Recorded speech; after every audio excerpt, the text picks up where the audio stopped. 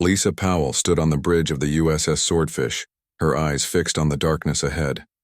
The nuclear submarine cut through the deep waters of the Pacific Ocean, silent and deadly. For 15 years she had served on submarines, but never had she imagined that her service would one day be humanity's last hope. "Commander, we're receiving an emergency transmission," said Lieutenant Ryan Jacobs, his voice cutting through the quiet hum of the submarine systems. Lisa frowned. They were supposed to be running silent. "Put it through." The voice of Admiral Joseph Martinez filled the command center. "Commander Powell, this is not a drill. Return to base immediately. First contact has been made, and it's not friendly." The crew of the USS Swordfish exchanged worried glances. First contact. The words every human had wondered about for centuries. "Copy.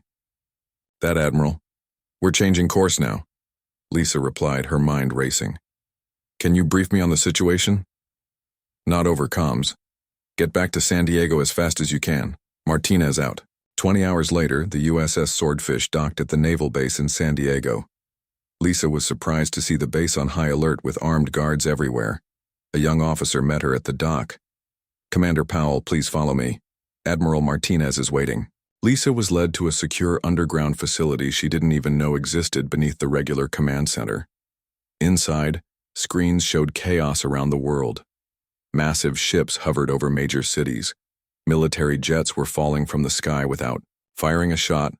Admiral Martinez looked like he hadn't slept in days.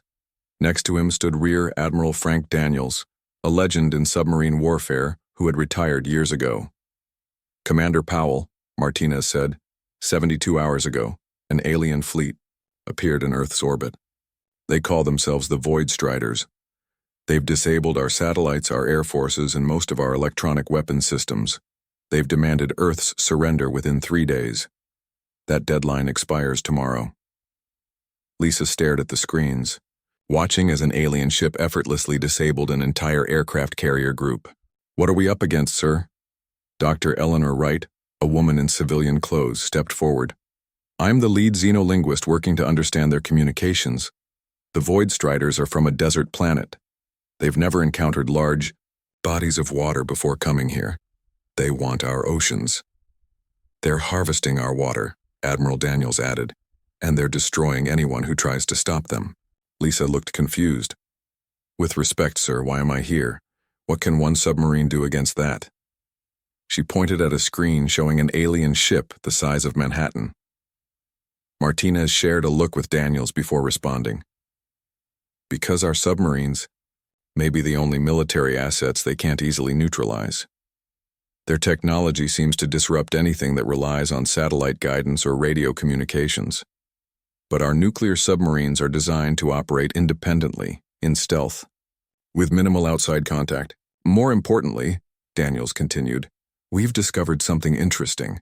They have no underwater detection technology. Their homeworld has no oceans, no concept of naval warfare. They can't find what they don't understand." Lisa began to understand. "You want us to attack from underwater?" "Not just you," Martinez said. "Every nuclear submarine in the world. We're calling in boats from every navy that still has them. The Russians, British, French, Chinese, everyone. While the aliens focus on land and air, we'll strike from the sea." Dr. Wright pulled up a 3D model of one of the alien ships. "Their ships are well protected from above, but they never considered attacks from below. We've identified possible weak points near their water collection systems." Lisa studied the model carefully. "What about weapons? Our torpedoes weren't designed to take down alien spaceships." Chief Engineer Maya Ortiz, who had been quietly observing from the corner, spoke up. "We've been working on that. My team has modified the warheads on several Mark 48 torpedoes with experimental EMP technology. If we can hit their lower hulls where they're harvesting water, we might disable their systems." "This is crazy," Lisa said, shaking her head. "We're talking about attacking an advanced alien fleet with submarines.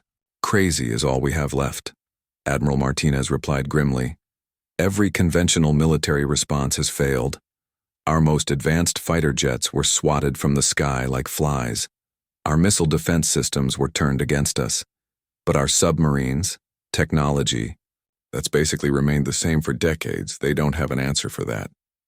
Lisa looked around the room. The plan was desperate, but there was no alternative. What are our orders, sir? Martinez pulled up a map showing alien harvester ships positioned over the world's oceans. We're calling it Operation Deep Strike. Your submarine, along with the USS Narwhal commanded by Captain William Hayes, will target the harvester ship currently positioned off the California coast. You leave in 6 hours. The rest of the world's submarines will strike simultaneously at other targets, Daniels added. If we're going to have any chance, we need to coordinate the attack perfectly. Lisa nodded, her mind already planning the mission. And if we fail? Then humanity surrenders tomorrow, Martinez said simply. Or faces extinction. Over the next few hours, Lisa briefed her crew.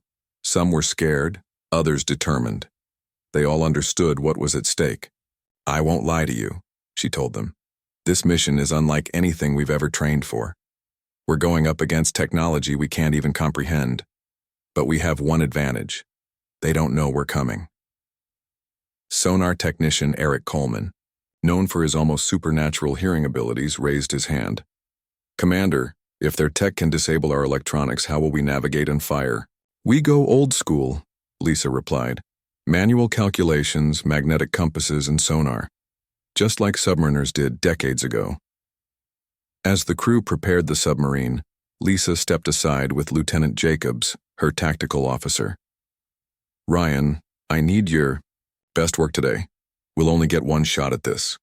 Understood, Commander, he replied, his young face serious. My father served on submarines during the Cold War. He always said the silent service would save the world one day. I guess he was right. 6 hours later, the USS Swordfish slipped out of San Diego Harbor and dove deep into the Pacific. Above them, an alien harvester ship created a massive whirlpool as it sucked up thousands of gallons of ocean water per minute.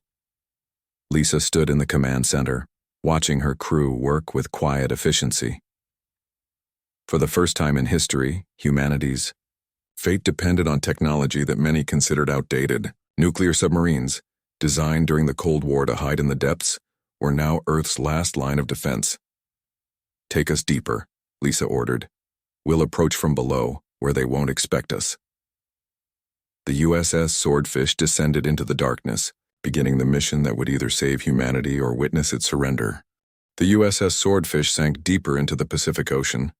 The crew moved with quiet purpose. They knew what was at stake. Above them, the alien harvester created massive currents as it sucked up seawater. Depth, 600 feet, reported Lieutenant Jacobs. Sonar is clear. No sign they've detected us. Lisa nodded. Take us to 800 feet. I want maximum distance between us and their harvesting equipment. Chief Ortiz approached with a tablet showing the modified torpedoes. Commander, the EMP warheads are ready. We've adjusted them based on what little we know about their technology. They should create a pulse strong enough to disrupt their systems when detonated close to their hull. How close is close? Lisa asked. Ideally, within 30 feet. Ortiz looked uncomfortable. Which means we'll need to get much closer to the harvester than I'd like. Lisa understood the risk. Getting that close to the alien ship meant exposing themselves to the powerful currents created by the water extraction. The submarine's communication system crackled to life. It was Captain Hayes from the USS Narwhal. Commander Powell, we're in position 10 miles west of your location. How do you want to coordinate this attack? Lisa studied the underwater map. We'll approach from opposite sides. My boat will target their main extraction point. Your team should focus on what appears to be their propulsion system. Copy that, Hayes replied. We're detecting unusual water temperature changes near the harvester. Be careful. Understood. We attack in 30 minutes. Radio silence from now on. Good luck. Lisa turned to her crew. This is it. From here on, we operate on our own. No communications with other boats or command. If anything happens to us, Captain Hayes and the Narwhal will continue the mission. The submarine moved silently through the dark water. Every crew member felt the weight of their responsibility. They might be humanity's last chance. Eric Coleman, the sonar technician with the extraordinary hearing, suddenly removed his headphones. "Commander, I'm picking up something strange. It's not a normal sound pattern." Lisa moved to his station. "What kind of sound?" "Almost like singing. Very low frequency. It's coming from the harvester." Coleman's face showed concern. "It's affecting the water around us, creating some kind of resonance pattern." Chief Ortiz joined them, her expression serious. "They might be using sound waves to map the ocean floor. If that's true, they could detect large objects like us. Can we use it against them?" Lisa asked. Ortiz thought for a moment. "Maybe. Remember what Admiral Daniels mentioned about Cold War sound experiments? We could potentially create our own acoustic interference." "Do it," Lisa ordered. "Use our external speakers to match their frequency but slightly off. Create confusion in their mapping." As Ortiz worked on the acoustic countermeasures, Lisa returned to the periscope. The alien harvester was massive, easily the size of a small city. Its lower section glowed blue where it contacted the water. "Target acquired," said Lieutenant Jacobs. "Their main water intake is visible. Range, 2 miles and closing." Lisa made her decision. "Take us to 600 feet. Prepare tubes 1 and 2 for firing. Load the EMP torpedoes." The submarine climbed slightly. The crew could feel the water churning around them as they got closer to the harvester's influence. "Commander," Coleman called out, "water temperature is rising rapidly. They're using some kind of heating element to make extraction easier." Lisa grabbed the communication system. All hands, brace for turbulence, were entering their extraction zone. The swordfish began to shake as it hit the boundary of warmer water. The difference in temperature created powerful currents that pushed against the submarine. "Maintain course," Lisa ordered calmly. "Compensate for drift." Lieutenant Jacobs worked furiously at the weapons console. "Torpedoes ready in tubes 1 and 2. Range to target, 1 mile. "Hold fire until we're at half a mile," Lisa said. "We need to be certain of a hit." The submarine continued its approach, fighting against increasingly violent currents. Warning lights began to flash as the hull groaned under the stress. "Commander," Chief Ortiz reported, "hull temperature is increasing. Their extraction process is creating a near-boiling layer of water above us." Lisa studied the thermal readout. "Take us deeper. Get under the thermal layer." The swordfish dove sharply, seeking the cooler water below. The violent shaking eased as they passed beneath the heat boundary. "Range to target, half a mile," Jacobs announced. "We have a firing solution." Lisa took a deep breath. This was the moment that would determine humanity's fate. "Fire 1." The submarine shuddered as the first torpedo launched, streaking through the water toward the alien harvester. "Fire 2," Lisa ordered. The second torpedo followed the first. Both weapons accelerated toward their target, guided by the submarine's targeting systems. "Torpedoes running hot and normal," Jacobs reported. "Impact in 40 seconds." The crew waited in tense silence. Coleman monitored the sonar carefully. "No sign of countermeasures. I don't think they've detected the torpedoes." "Impact in 10 seconds," Jacobs counted down. 5, 4, 3, 2, 1. The ocean lit up as the first torpedo struck the harvester's water intake. The EMP warhead detonated, sending a powerful electromagnetic pulse into the alien vessel. Seconds later, the second torpedo hit near the same location. The effects were immediate and dramatic. The blue glow beneath the harvester flickered and died. The powerful currents that had been shaking the submarine suddenly calmed. "Direct hit," Jacobs exclaimed. "Their extraction system is offline." Before the crew could celebrate, Coleman shouted, "Commander, the narwhal has engaged." I can hear their torpedoes impacting on the far side of the harvester. Through the periscope, Lisa watched as the massive alien ship began to list to one side. Its smooth surface was now marred by dark spots where the torpedoes had struck. Suddenly, the water around them churned violently again. "They're deploying something," Coleman warned. "Multiple small objects entering the water. Sound signature unknown." "Dive," Lisa ordered. "Take us down to 1,000 feet now." The swordfish dove deeper as dozens of alien devices splashed into the ocean above them. These devices began emitting a high-pitched sound that made the sonar system screech with feedback. Depth charges, Lisa realized. They're trying to find us. As the submarine raced for the safety of the deep ocean, Lisa knew that their first strike had been successful, but the real battle was just beginning. The aliens now knew their weakness. Humanity's advantage of surprise was gone. Above them, the damaged harvester was retreating from the water, rising back toward space. But in the distance, more alien ships were descending toward Earth's oceans. "Get me a secure line to command," Lisa ordered. "We need to report our success and warn the other submarines. The aliens will be ready for them now." The first blow had been struck in humanity's desperate counterattack, but the aliens would adapt quickly. The question was whether Earth's submarine forces could stay one step ahead in this underwater war that would decide the planet's fate. The USS Swordfish remained hidden in the deep water. 3 days had passed since their first attack on the alien harvester. The aliens had responded with fury, deploying underwater search devices throughout the Pacific Ocean. These devices emitted painful sonic pulses that could damage a submarine's hull if they got too close. "Status report," Lisa ordered, her voice calm despite the tension in the command center. Lieutenant Jacobs checked his displays. "All systems functioning normally. We've been running silent for 72 hours. Oxygen levels are good, but we'll need to surface within the next day." Lisa nodded. Submarines were designed for long underwater operations, but even they had limits. "Any word from the narwhal?" "Nothing since the attack," Coleman replied from his sonar station. "Last contact had them moving north, drawing alien searchers away from us." Lisa studied the tactical map. After their successful first strike, the submarine fleet had scattered across the world's oceans. They couldn't risk regular communication, which might give away their positions.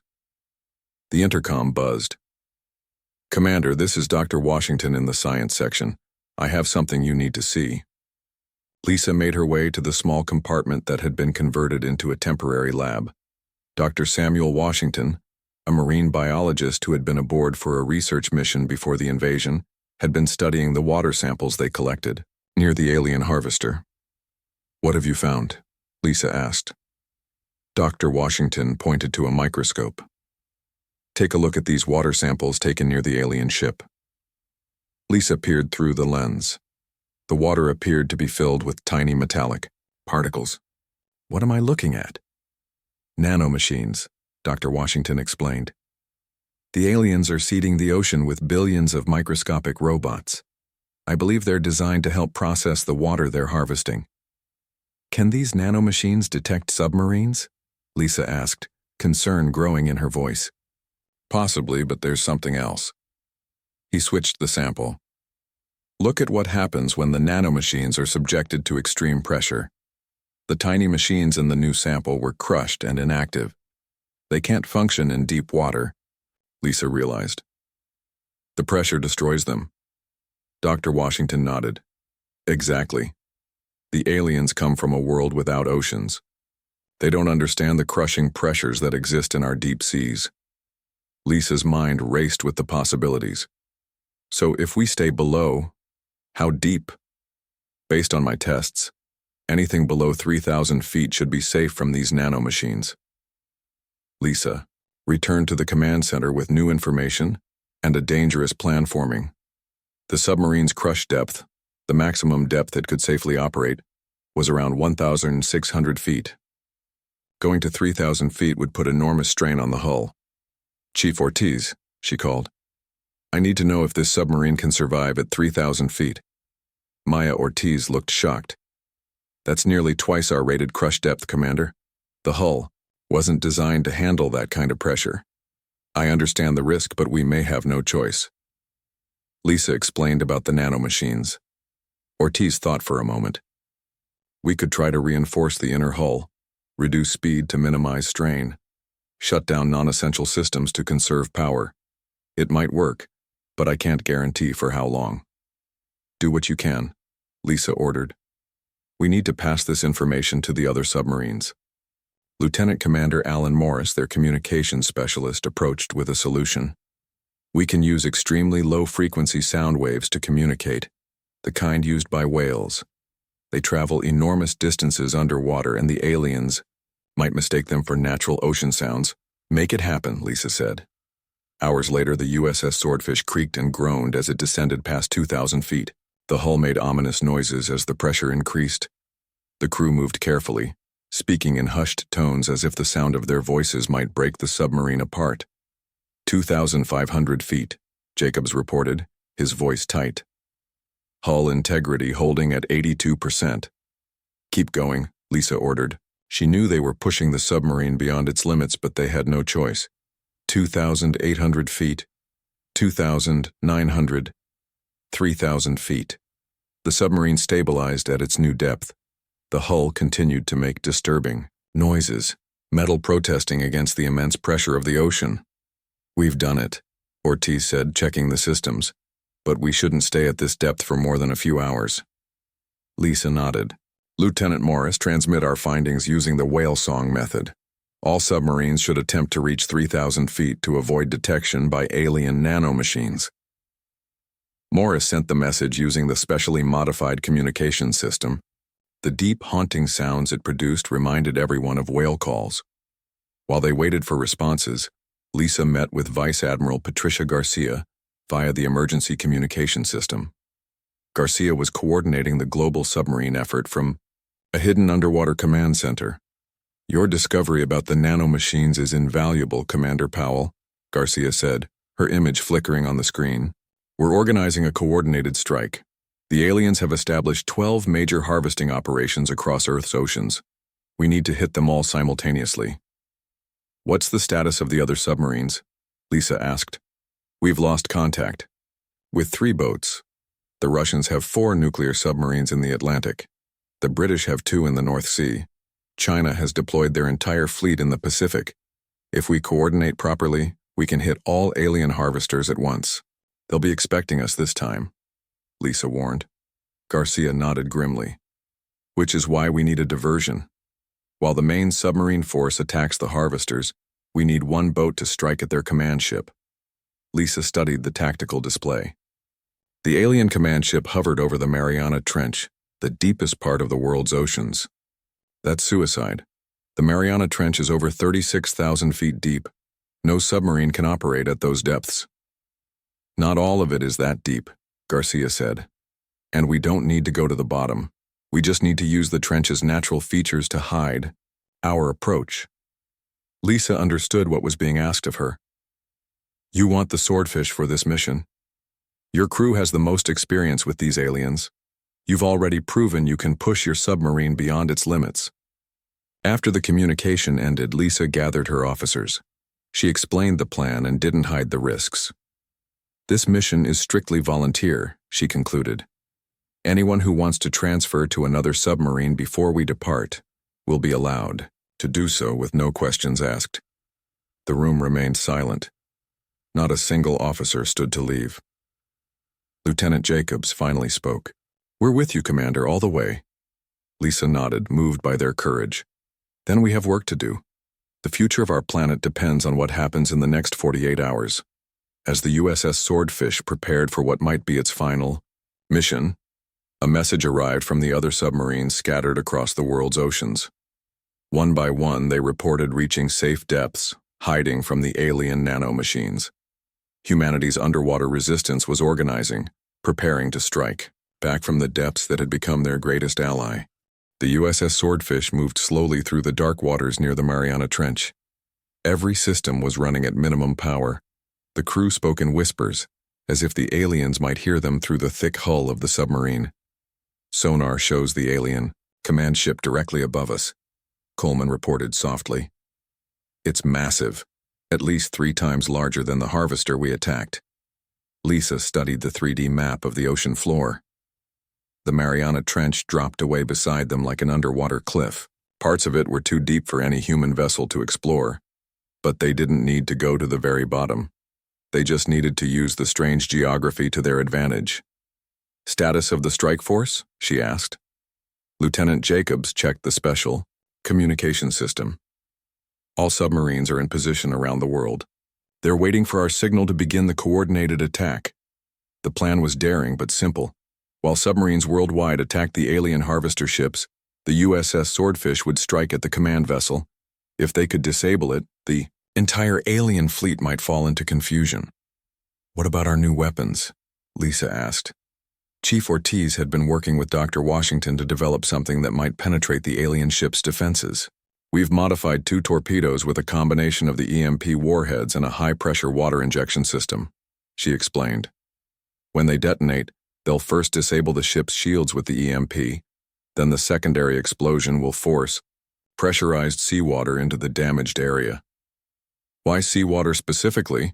asked Lieutenant Amanda Lewis, who had joined them from another submarine to help with weapons. Dr. Washington answered, "The aliens come from a desert world. Their technology isn't designed to handle large amounts of water, especially at high pressure. It's like throwing water on old electrical equipment." Lisa nodded. It made sense to use their enemy's weakness against them. "How close do we need to get?" "Closer than I'd like," Ortiz admitted.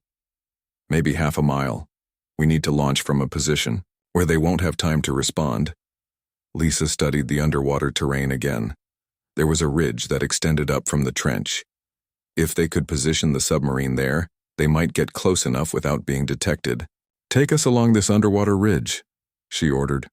"Minimal power. Let the current do most of the work." The submarine drifted slowly into position, using the natural underwater geography for cover. Above them, the alien command ship hovered over the ocean, unaware of the threat below. "In position," Jacobs reported. "Ready to fire on your command." Lisa took a deep breath. "Send the signal to the fleet. All submarines attack on my mark." The coded message went out, traveling through the depths to submarines positioned near alien harvesters around the world. There was no turning back now. "Fire 1," Lisa ordered. The submarine shuddered slightly as the first modified torpedo launched. It streaked through the water toward the underside of the alien command ship. "Fire 2." The second torpedo followed the first. Both weapons cut through the dark water, heading for their target. "Torpedoes running true," Jacobs confirmed. "Impact in 30 seconds. The entire crew held their breath. If they failed now, the coordinated attack might still succeed, but without the command ship disabled, the aliens would quickly regroup. "Impact!" Coleman shouted as the first torpedo struck. A dull boom echoed through the water. Seconds later, the second torpedo hit. This time they could see a flash of light from above as the EMP disrupted the alien ship's systems. "Direct hit," Jacobs exclaimed. "Their lower hull is breached." Through the periscope, Lisa could see the massive command ship listing to one side.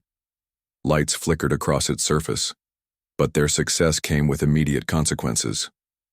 "They're deploying underwater craft," Coleman warned, his eyes fixed on the sonar display. At least a dozen small vessels entering the water. Lisa had expected this. "Dive! Take us into the trench." The USS Swordfish angled downward, descending into the darkness of the Mariana Trench. The depth gauge spun rapidly. 3,000 feet. 4,000 feet. 5,000 feet. Warning lights flashed across the control panels. The hull groaned under the immense pressure. Small leaks appeared in several compartments. "Hull integrity at 65% and falling," Ortiz reported tensely. "We can't go much deeper." "Level out at 6,000 feet, Lisa ordered. "Use the trench walls for cover." The submarine stabilized at a depth no military vessel was ever designed to reach. The alien pursuit craft followed them down but began to show signs of trouble. One imploded suddenly, unable to withstand the pressure. Then another. "They can't handle the depth," Dr. Washington observed. "Their ships aren't designed for this kind of pressure." Lisa allowed herself a small smile. Humanity's outdated technology, built to withstand the crushing depths of Earth's oceans, was proving superior to alien vessels in this environment. "What's the status of the worldwide attack?" she asked. Jacobs checked the incoming signals. "Reports coming in from all sectors. Successful strikes on 8 harvester ships. 3 more under attack. The Chinese submarines are reporting heavy resistance in the South China Sea." The USS Swordfish hugged the wall of the underwater canyon, hiding from the remaining alien craft. But they couldn't stay at this depth for long. The hull was being compressed by pressures it was never meant to endure. "Commander, hull integrity down to 52%, Ortiz warned. "We need to ascend soon or we risk catastrophic failure." Lisa studied the tactical display. Most of the alien pursuit craft had either been destroyed by the pressure or had retreated to shallower waters. But the damaged command ship still hovered above, now surrounded by additional alien vessels. "What's happening on the surface?" she asked. The limited communication they could receive brought encouraging news. With many harvester ships disabled, the alien fleet was in disarray. The coordinated submarine attack had caught them off guard. But the aliens were rallying around their damaged command ship. "We need to finish what we started," Lisa decided. "Chief Ortiz, do we have any torpedoes left?" "2 standard torpedoes," Ortiz replied. "No special modifications." Lisa thought for a moment. "Dr. Washington, you said the aliens can't handle our deep ocean pressures. What if we could bring that pressure to them?" Dr. Washington's eyes widened. "You mean create some kind of pressure wave?" "Exactly. If we detonate our remaining torpedoes at the base of this underwater cliff, it could trigger an underwater landslide?" Dr. Washington finished. "The pressure wave might be enough to further damage their command ship." It was a desperate plan, but they had already moved beyond conventional tactics. This was a battle between worlds, between species with entirely different evolutionary histories. Humanity's adaptation to Earth's harsh environments had become their greatest weapon. "Plot the best position for maximum effect," Lisa ordered. "We'll fire our last torpedoes, then make for shallower water as fast as possible." As the crew prepared for their final strike, Lisa Powell knew they were making history. The future of Earth would be decided not by the most advanced technology, but by the simple, robust machines humans had built to explore the hostile depths of their own world. The USS Swordfish positioned itself carefully at the base of the underwater cliff. Every system was pushed to its limit. The hull creaked and groaned. Small leaks had appeared in several compartments, with crew members working frantically to seal them. "Hull integrity at 47%, Chief Ortiz reported. "We can't stay at this depth much longer." Lisa nodded. "Load our final torpedoes. Target the base of that rock formation." Lieutenant Jacobs worked quickly at the weapons console. "Torpedoes ready in tubes 3 and 4. "All hands, brace for impact," Lisa announced over the intercom. "We'll be triggering an underwater landslide. The pressure wave will be intense." Lisa looked around at her crew. They were tired, scared, but determined. They had already done the impossible, pushing their submarine to depths no military vessel was meant to reach. "Fire 3, she ordered. The submarine shuddered as the torpedo launched. "Fire 4. The second torpedo followed seconds later. Both weapons streaked through the dark water toward the base of the underwater cliff. "Impact in 15 seconds, Jacobs reported.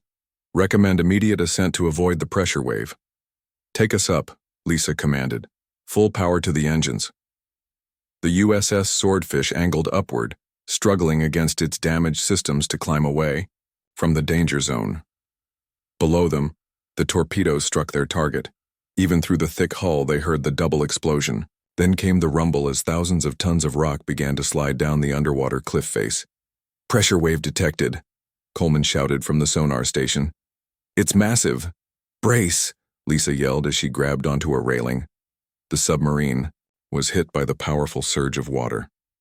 It rolled violently, tossed about like a toy in the massive underwater current created by the landslide. Warning alarms blared throughout the vessel.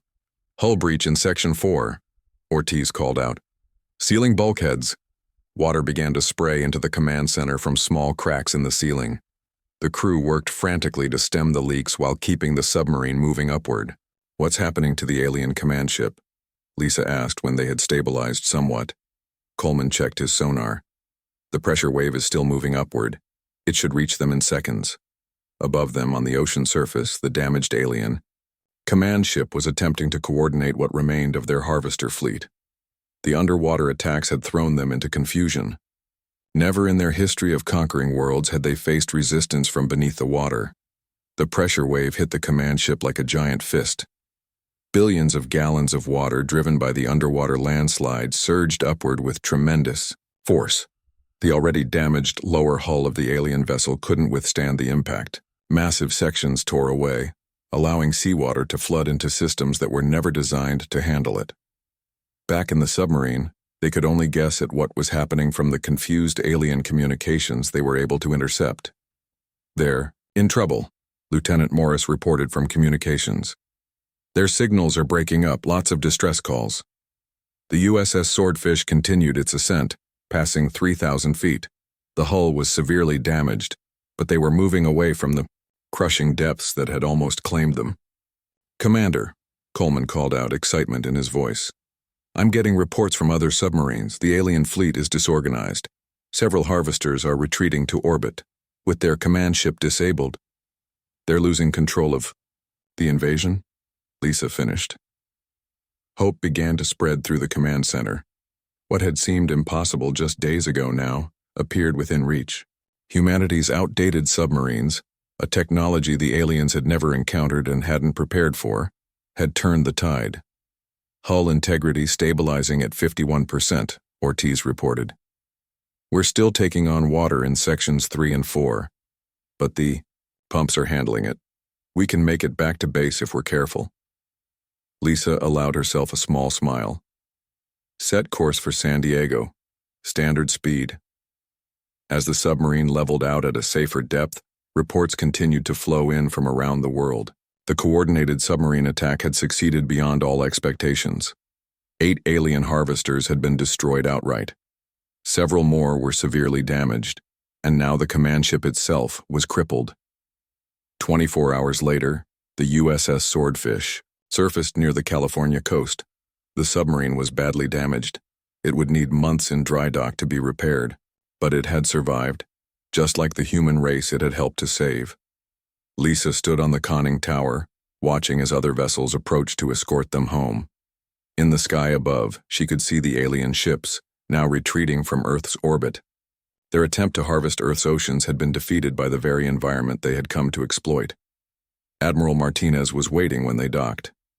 His face showed the strain of the past weeks, but his eyes were bright with victory. "Commander Powell," he said, saluting as Lisa stepped onto the dock. "The President wants to speak with you immediately. The entire world wants to know how a fleet of submarines managed to defeat the most advanced alien armada ever encountered." Lisa returned the salute. "Tell her it wasn't about having the most advanced technology. It was about having the right technology for our world. The aliens never understood our oceans. They never respected the pressures, the depths, the darkness. We did, because we evolved here." News of Earth's victory spread quickly across the planet. Nations that had been enemies now celebrated together. The submarine fleets of Russia, China, Britain, France, and America were hailed as heroes. Commander Lisa Powell and the crew of the USS Swordfish became symbols of human ingenuity and courage. 6 months later, Lisa stood in the United Nations Assembly Hall. Representatives from every nation had gathered to hear about the new defense initiative she had been asked to lead. "The aliens will return," she told them, her voice steady. "Maybe not the Void Striders, but others will come. And when they do, we'll be ready. We now know that our greatest strength lies not in trying to match alien technology, but in using our understanding of our own world." As she spoke, construction was already underway on new generations of advanced submarines. Deep underwater bases were being built in trenches around the world. Humanity had learned a crucial lesson. Their seeming weakness, being bound to a water world, was actually their greatest advantage against threats from dry, distant stars. And somewhere in the galaxy, news spread among spacefaring civilizations. The small blue planet that many had dismissed as primitive had accomplished the impossible. Earth had repelled an invasion by one of the most feared fleets in known space, using technology that most advanced species had long abandoned. Humanity had earned its place among the stars not by leaving their world behind but by mastering it completely.